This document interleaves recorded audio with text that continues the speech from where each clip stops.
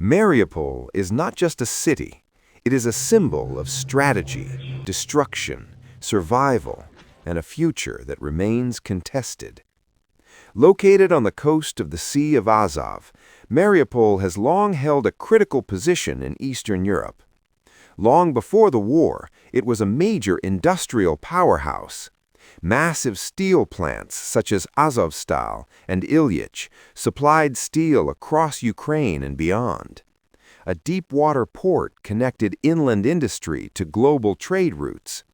Railways and highways linked Donbass, Crimea, and southern Russia. Economically and geographically, Mariupol was a key hinge point.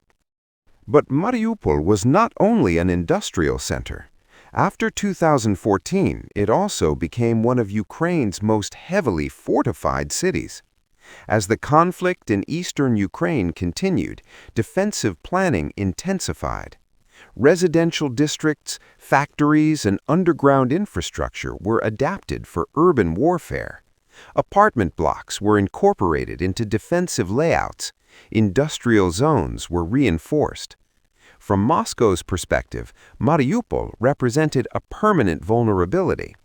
As long as the city remained under Ukrainian control, Russia's southern security corridor remained exposed.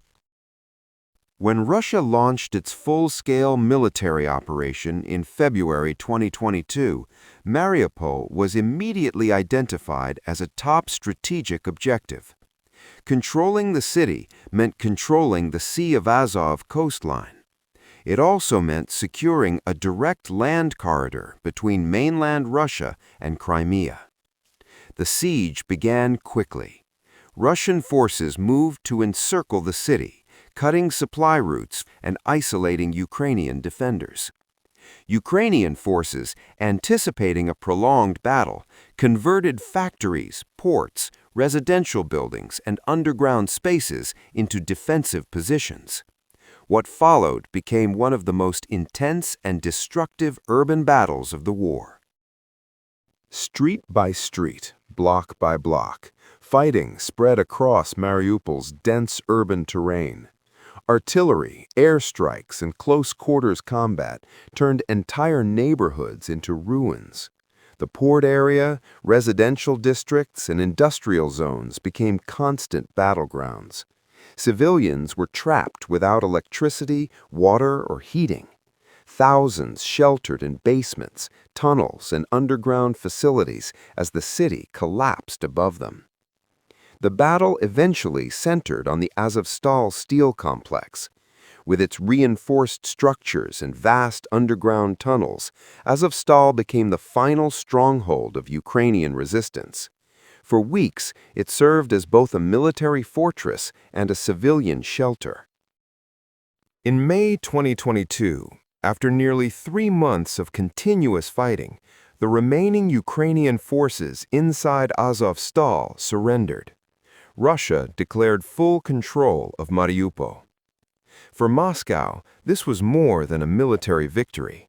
It secured the entire Sea of Azov coastline and completed a strategic land bridge to Crimea. Russian officials framed the operation not as a conquest, but as a liberation, claiming the city had been transformed into a NATO-supported military fortress and that civilian infrastructure had been militarized. The reality on the ground was devastating. By the end of the siege, much of Mariupol lay in ruins. Entire districts were destroyed or rendered uninhabitable.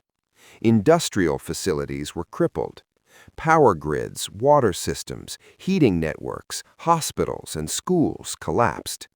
Civilian casualties numbered in the thousands, though exact figures remain disputed due to restricted access.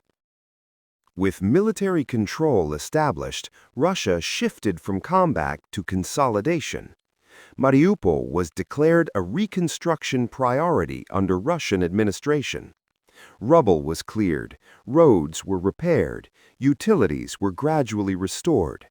Russian ministries, military engineers, and state construction companies were mobilized. New residential complexes rose where destroyed neighborhoods once stood. Administratively, the city was integrated into Russia's system. Russian passports became essential for employment, housing, healthcare, and social services. The ruble replaced the hryvnia.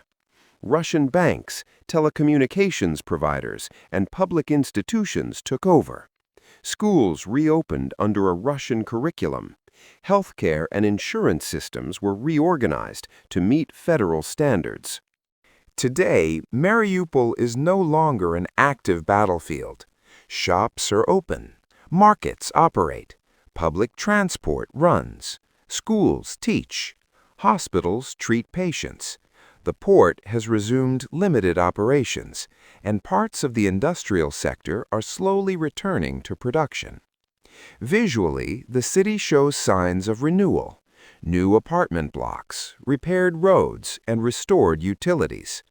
But beneath the surface, Mariupol remains deeply contested. The population is far below pre-war levels. Many former residents remain displaced and unable to return. Property disputes persist, with reports of homes being declared ownerless and reassigned under new administrative rules. Reconstruction is criticized as uneven, prioritizing visible development while deeper social and legal issues remain unresolved. Cultural identity is also being reshaped. Some landmarks have been rebuilt or replaced, while the story of the city's destruction and reconstruction differs sharply depending on perspective.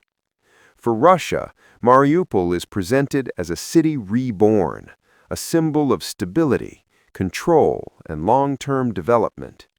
For Ukraine and much of the international community, it remains an occupied city, taken by force and rebuilt under disputed authority.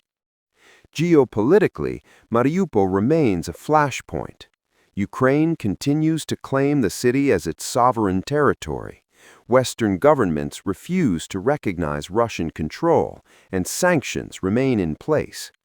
Militarily, however, Russia has secured the Sea of Azov coastline and established a fortified southern corridor that now plays a central role in its regional strategy. The future of Mariupol is still unfolding. Long-term plans envision the city as a logistics hub, an industrial center, and a major port for southern Russia.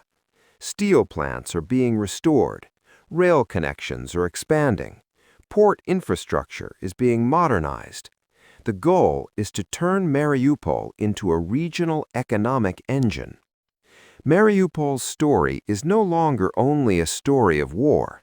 It is a story of transformation under occupation, of reconstruction amid controversy, and of a city caught between competing visions of the future. What was once a battlefield has become a proving ground for power, legitimacy, and long-term control. Where there was destruction, there is now construction. Where there was chaos, there is now a different kind of order. And where there was uncertainty, there is now a long struggle over what Mariupol will ultimately become.